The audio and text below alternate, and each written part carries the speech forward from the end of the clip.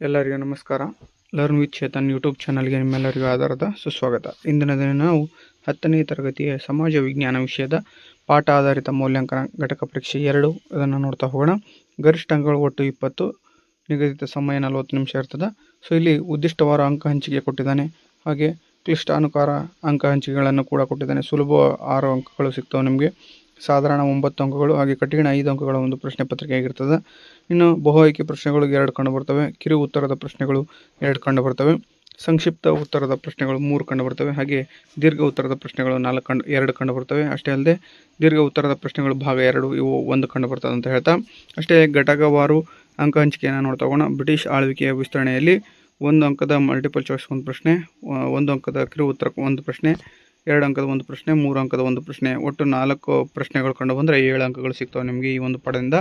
ಎರಡನೇದಾಗಿ ಸಾರ್ವಜನಿಕ ಆಡಳಿತ ಒಂದು ಪರಿಚಯ ಅನ್ನೋದು ಒಂದು ಅಧ್ಯಾಯದಿಂದ MCQ ಒಂದು ಪ್ರಶ್ನೆ, 2 ಅಂಕದ ಒಂದು ಪ್ರಶ್ನೆ, ಹಾಗೆ 4 ಅಂಕದ ಒಂದು ಪ್ರಶ್ನೆ ಕಂಡು ಬರ್ತವೆ. ಟೋಟಲ್ ಆಗಿ 3 ಪ್ರಶ್ನೆಗಳು ಈ ಒಂದು ಪಾಠದಿಂದ ಕಂಡು ಬಂದರೆ 7 ಅಂಕಗಳು ನಿಮಗೆ ಸಿಗ್ತಾ ಹೋಗ್ತವೆ.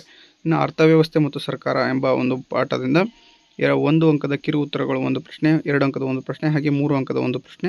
ಟೋಟಲ್ ಆಗಿ ಈ ಒಂದು ಪಾಠದಿಂದ ನಿಮಗೆ 3 ಪ್ರಶ್ನೆಗಳು ಬಂದು ಬರುತ್ತವೆ, ಹಾಗೆ 6 ಅಂಕಗಳು ಈ ಒಂದು ಪಾಠದಿಂದ ಲೊಕೇಟೆಡ್ ಆಗಿರ್ತದೆ ಅಂತ ಹೇಳ್ತಾ ಬನ್ನಿ ವಿಡಿಯೋನ ಸ್ಟಾರ್ಟ್ ಮಾಡೋಣ. ಅದಕ್ಕಿಂತ ಮುಂಚೆ ಇನ್ನು ಯಾರು ನಮ್ಮ ಚಾನಲನ್ನು ಸಬ್ಸ್ಕ್ರೈಬ್ ಮಾಡ್ಕೊಂಡಿಲ್ಲ ದಯವಿಟ್ಟು ಸಬ್ಸ್ಕ್ರೈಬ್ ಮಾಡ್ಕೊಳ್ಳಿ ಅಂತ ಹೇಳ್ತಾ, ಸೊ ಮೊದಲೇ ಪ್ರಶ್ನೆ ಹೀಗಿದೆ: ದತ್ತು ಮಕ್ಕಳಿಗೆ ಹಕ್ಕಿಲ್ಲ ಎಂಬ ನೀತಿಯನ್ನು ಜಾರಿಗೆ ತಂದವರು ಯಾರು ಅಂತ ಇದೆ. ಆಪ್ಷನ್ ಎ ಲಾರ್ಡ್ ಡಾಲ್ಹೌಸಿ ಅನ್ನೋದು ಸರಿಯಾದ ಉತ್ತರ ಆಗಿರ್ತದೆ. ದತ್ತು ಮಕ್ಕಳಿಗೆ ಹಕ್ಕಿಲ್ಲ ಎಂಬ ನೀತಿಯನ್ನು ಜಾರಿಗೆ ತಂದವರು ಲಾರ್ಡ್ ಡಾಲ್ಹೌಸಿ ಆಗಿರ್ತಾರೆ. ಇನ್ನು ಎರಡನೇ ಪ್ರಶ್ನೆ ನೋಡಿ: ಕೇಂದ್ರ ಲೋಕ ಸೇವಾ ಆಯೋಗದ ಸ್ಥಾಪನೆಯ ಕುರಿತು ತಿಳಿಸುವ ಸಂವಿಧಾನದ ವಿಧಿ ಯಾವುದಪ್ಪ ಅಂದರೆ ಆಪ್ಷನ್ ಎ 315ನೇ ವಿಧಿ ಕೇಂದ್ರ ಲೋಕ ಸೇವಾ ಆಯೋಗದ ಸ್ಥಾಪನೆಯ ಕುರಿತು ತಿಳಿಸುವ ಸಂವಿಧಾನದ ವಿಧಿ ಆಗಿರ್ತದೆ. ಓಕೆ, ಲೋಕಸೇವಾ ಆಯೋಗ ಅಂತ ಬಂದರೆ ಸಾಕು ನಿಮಗೆ 315ನೇ ವಿಧಿ ಅಂತ ನೀವು ನೆನಪಲ್ಲಿ ಇಟ್ಕೋಬೇಕಾಗ್ತದೆ. ಇವೆರಡು ಮಲ್ಟಿಪಲ್ ಚಾಯ್ಸ್ ಪ್ರಶ್ನೆಗಳಾದವು. ಇನ್ನು 1 ಅಂಕದ ಪ್ರಶ್ನೆಗಳನ್ನು ನೋಡ್ತಗೋಣ, ಕಿರು ಉತ್ತರಗಳದ್ದು. 3ನೇ ಪ್ರಶ್ನೆ: 19ನೇ ಶತಮಾನದ ಆರಂಭದಲ್ಲಿ ಸಿಖ್ಖರನ್ನು ಸಂಘಟಿಸುವಲ್ಲಿ ಯಶಸ್ವಿಯಾದವನು ಯಾರು? 19ನೇ ಶತಮಾನದಲ್ಲಿ ಆರಂಭದಲ್ಲಿ ಅಂದರೆ ಸ್ಟಾರ್ಟಿಂಗಲ್ಲಿ ಸಿಖ್ಖರನ್ನು ಸಂಘಟಿಸುವಲ್ಲಿ ಯಶಸ್ವಿಯಾದವನು ಯಾರು ಅಂತ ಕೇಳ್ತಾನೆ. ಕೊನೆ ಆನ್ಸರ್ ನೋಡ್ತಾ ಹೋಗೋಣ, ರಣಜಿತ್ ಸಿಂಗ್ ಅನ್ನೋದು ಸರಿಯಾದ ಉತ್ತರ ಆಗ್ತದೆ. ಆಪ್ಷನ್ ಇರಲಿ, ಇಲ್ಲಿ 1 ಅಂಕದ ಪ್ರಶ್ನೆ ಆಗಿರೋದ್ರಿಂದ ನೇರ ಉತ್ತರ ರಣಜಿತ್ ಸಿಂಗ್ ಆಗಿರ್ತದೆ. ಸೊ ನೆಕ್ಸ್ಟ್ ಪ್ರಶ್ನೆ ನೋಡ್ತಾ ಹೋಗೋಣ, ಸಾಮಾಜಿಕ ನ್ಯಾಯ ಎಂದರೇನು? 4ನೇ ಪ್ರಶ್ನೆ, ಸಾಮಾಜಿಕ ನ್ಯಾಯ ಎಂದರೇನು ಅಂತ ಇದೆ. ಸೊ ಆನ್ಸರ್ ನೋಡ್ತಾ ಹೋಗೋಣ, ಇಲ್ಲಿ ಆದಾಯ ಮತ್ತು ಸಂಪತ್ತು ಎಲ್ಲ ಜನರ ಮಧ್ಯೆ ಸಮಾನವಾಗಿ ಹಂಚಿಕೆಯಾಗುವುದನ್ನು ನಾವು ಸಾಮಾಜಿಕ ನ್ಯಾಯ ಎಂದು ಕರಿತೀವಿ.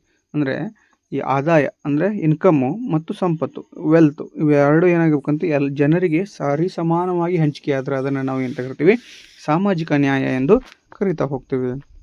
ಇನ್ನು 5ನೇ ಪ್ರಶ್ನೆ ನೋಡಿ, 2 ಅಂಕದ ಪ್ರಶ್ನೆಗಳು. 3ನೇ ಆಂಗ್ಲೋ ಮರಾಠ ಯುದ್ಧದ ಪರಿಣಾಮಗಳೇನು ಅಂತ ಕೇಳಿದ್ದಾನೆ. 3ನೇ ಆಂಗ್ಲೋ ಮರಾಠ ಯುದ್ಧದ ಪರಿಣಾಮಗಳೇನು ಅಂತ ಕೇಳಿದ್ದಾನೆ.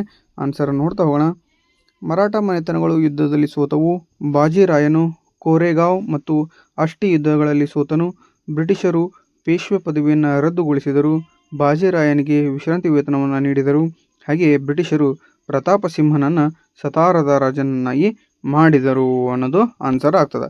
ಓಕೆ, ಸೊ ಇವೆಲ್ಲವೂ ಏನಾಗಿರ್ತವೆ ಅಂದರೆ 3ನೇ ಆಂಗ್ಲೋ ಮರಾಠ ಯುದ್ಧದ ಪರಿಣಾಮಗಳಾಗಿರ್ತವೆ.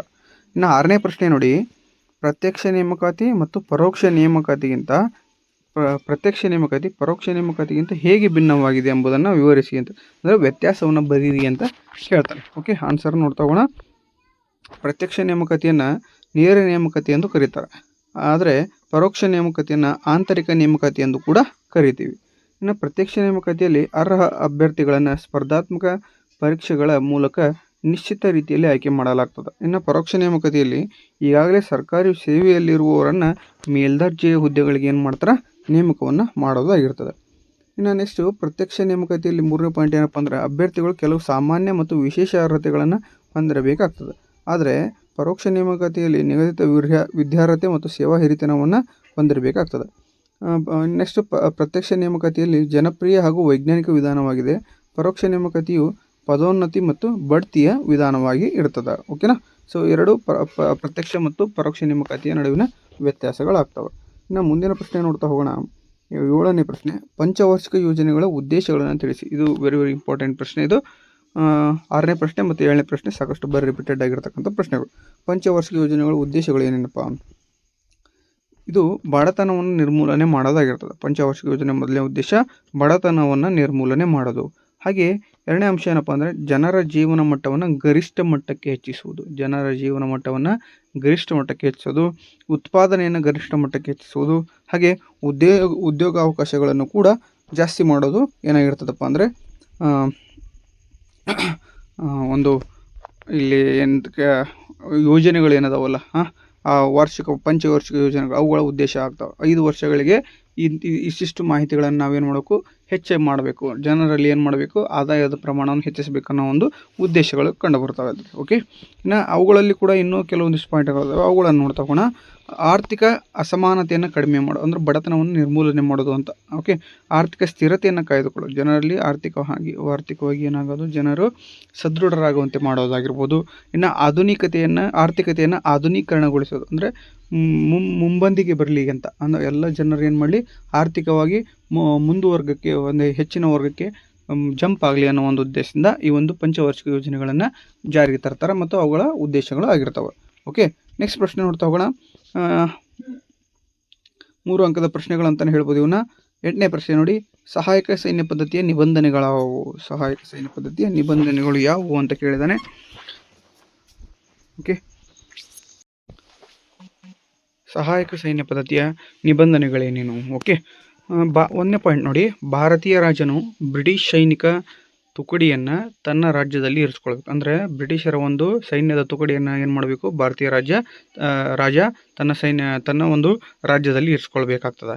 ಹಾಗೆಯೇ ಆ ಒಂದು ಬ್ರಿಟಿಷ್ ರಾಜ್ಯದ ಸೇನೆಯ ವೇತನ ಮತ್ತು ನಿರ್ವಹಣಾ ವೆಚ್ಚವನ್ನು ರಾಜ್ಯವೇ ಭರಿಸಬೇಕು. ಆ ಬ್ರಿಟಿಷರ ಸೈನ್ಯ ಏನಿರುತ್ತಲ್ಲ ಇವನ ರಾಜ್ಯದಾಗ, ಅದರ ಸೇನೆಯ ವೇತನ ಅಂದರೆ ಅವ್ರಿಗೆ ಸ್ಯಾಲ್ರಿ ಪ್ಲಸ್ ಅವರ ನಿರ್ವಹಣಾ ವೆಚ್ಚ, ಊಟ ವಸತಿ ಎಲ್ಲವನ್ನೂ ಇವನೇ ನೋಡ್ಕೋಬೇಕು. ಇದೇ ರಾಜ್ಯವನ್ನು ನೋಡ್ಕೋಬೇಕು, ರಾಜನೇ ನೋಡ್ಕೋಬೇಕು. ಇನ್ನು ನೆಕ್ಸ್ಟ್ ಪಾಯಿಂಟು, ಇಲ್ಲವೇ ನಿರ್ದಿಷ್ಟ ಕಂದಾಯ ಪ್ರದೇಶವನ್ನು ಬಿಟ್ಟು ಕೊಡಬೇಕು. ಇಲ್ಲ ಅಂದರೆ ಅವ್ರಿಗೆ ಇಂತಿಷ್ಟು ಪ್ರದೇಶವನ್ನು ಏನು ಮಾಡಬೇಕು, ಬ್ರಿಟಿಷರಿಗೆ ಬಿಟ್ಟು ಕೊಡಬೇಕಾಗ್ತದೆ. ಹಾಗೆ ರಾಜನು ತನ್ನ ಆಸ್ಥಾನದಲ್ಲಿ ಬ್ರಿಟಿಷ್ ರೆಸಿಡೆಂಟನ್ನು ನೇಮಿಸಿಕೊಳ್ಬೇಕು.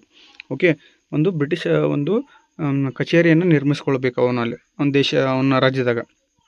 ನೆಕ್ಸ್ಟು, ಬ್ರಿಟಿಷರ ಅನುಮತಿ ಇಲ್ಲದೆ ಆಸ್ಥಾನದಲ್ಲಿ ಯಾವುದೇ ಯುರೋಪಿಯನ್ನರನ್ನು ನೇಮಿಸಿಕೊಳ್ಳುವಂತಿಲ್ಲ. ನೋಡ್ರಿ, ಬೇರೆ ದೇಶಗಳಿದ್ವಲ್ಲ, ಅವು ಪೋರ್ಚುಗೀಸ್ ಆಗಿರ್ಬೋದು, ಡಚ್ಚರಾಗಿರ್ಬೋದು, ಹೌದಾ.